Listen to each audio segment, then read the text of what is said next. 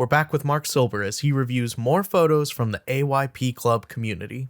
I think this is a fantastic photo. Whose is this? This is Amy Douglas. It's Amy. another one of her fantastic self-portraits. Oh, that's a This one is self. called Attaining Grace. Self-portrait in an old barn with sunlight coming through the cracks between the boards. Yeah, and we differentiate. We do not call these selfies. I do self-portraits also, and that's a very selfie to me is just a quick little press the button in front of any old thing. A self-portrait is actually planned and executed as though you're photographing someone else, portrait. So it doesn't have any cutesy little connotation to it. Now, what's interesting, I'm seeing a lot of stuff as I look at it. I love the black one. I love the shadowing, and you framed it really well. I'm not.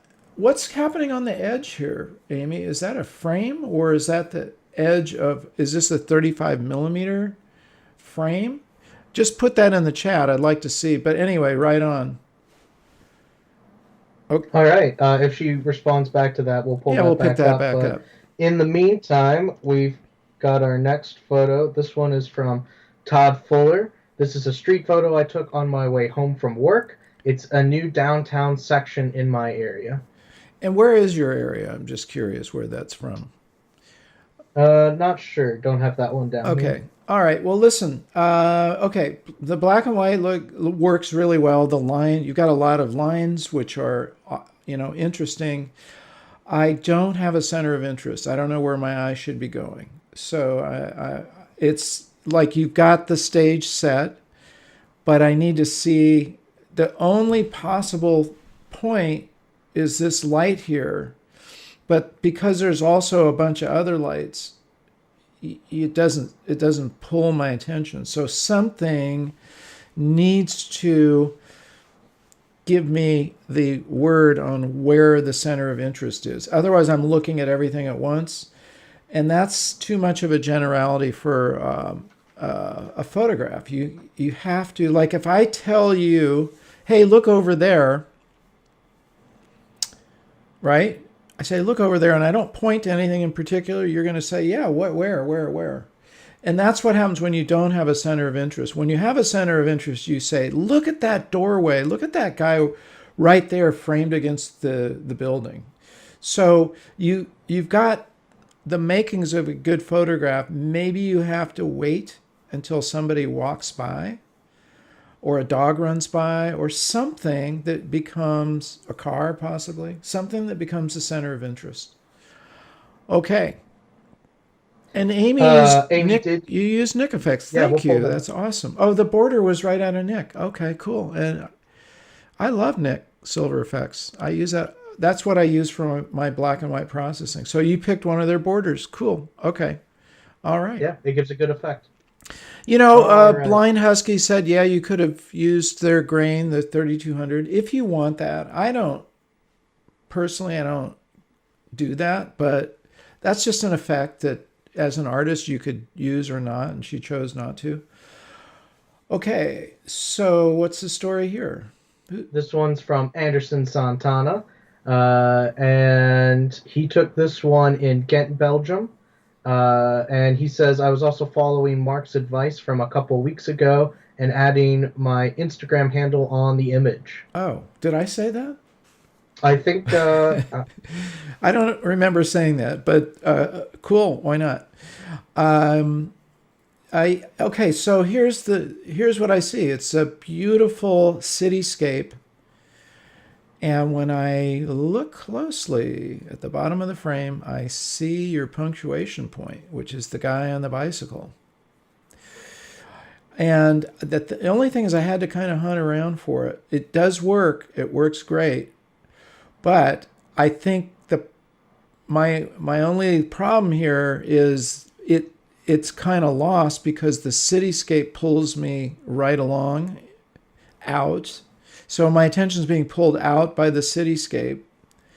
Then I have to kind of hunt to find the guy on the bicycle, who is the punctuation point, and it does work.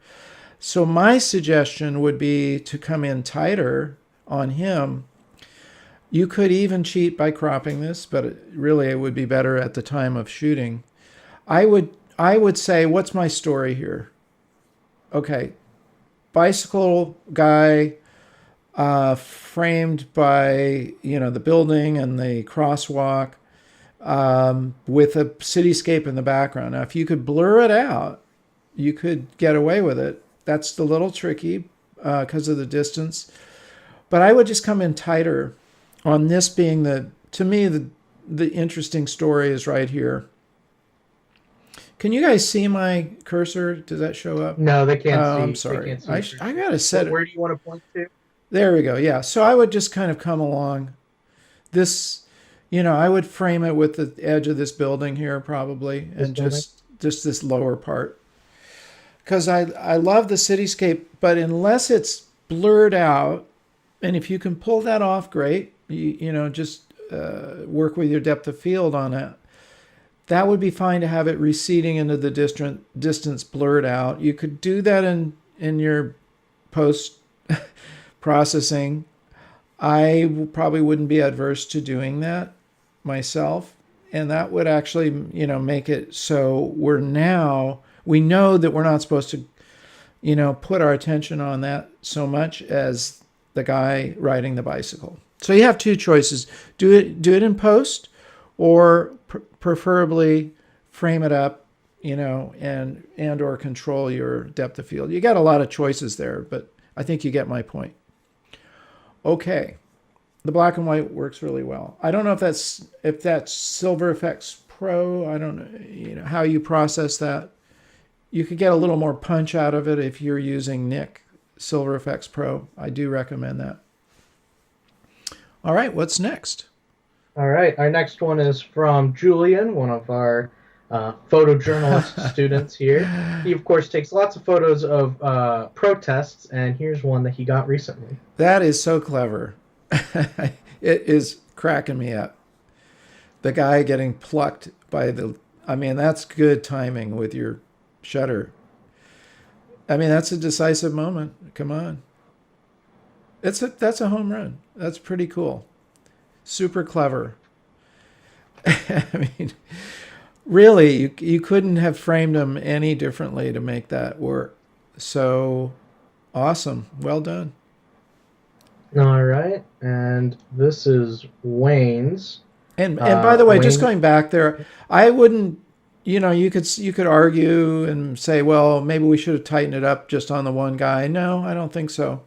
I like having the other guys in the frame, because talk about a punctuation point. That hand, that gesture, that's a gesture, tells you exactly where to look, and the other guys just give it space.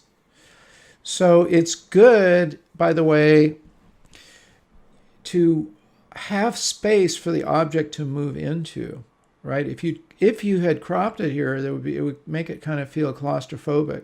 So you left space for the bicycle to ride into, which gives it a feeling of dimension, which is really great.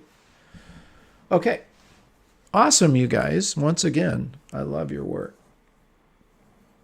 All right. Wow. This is part of a couple of different photos that Wayne did, and I saw Wayne in the chat. Hey, so Wayne, I there pulled you up are. One of his.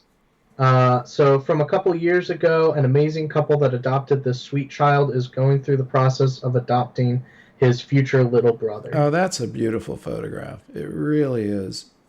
And it tells a story. In one image, you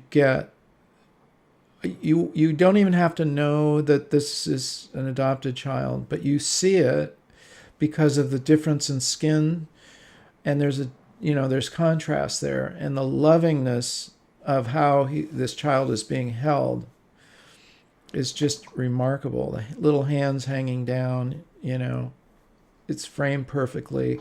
It disappears, the black sleeve disappears, giving it that quality that Bob Holmes loves and I love, of asking questions and not knowing, where is this arm coming from? Whose arm is this anyway?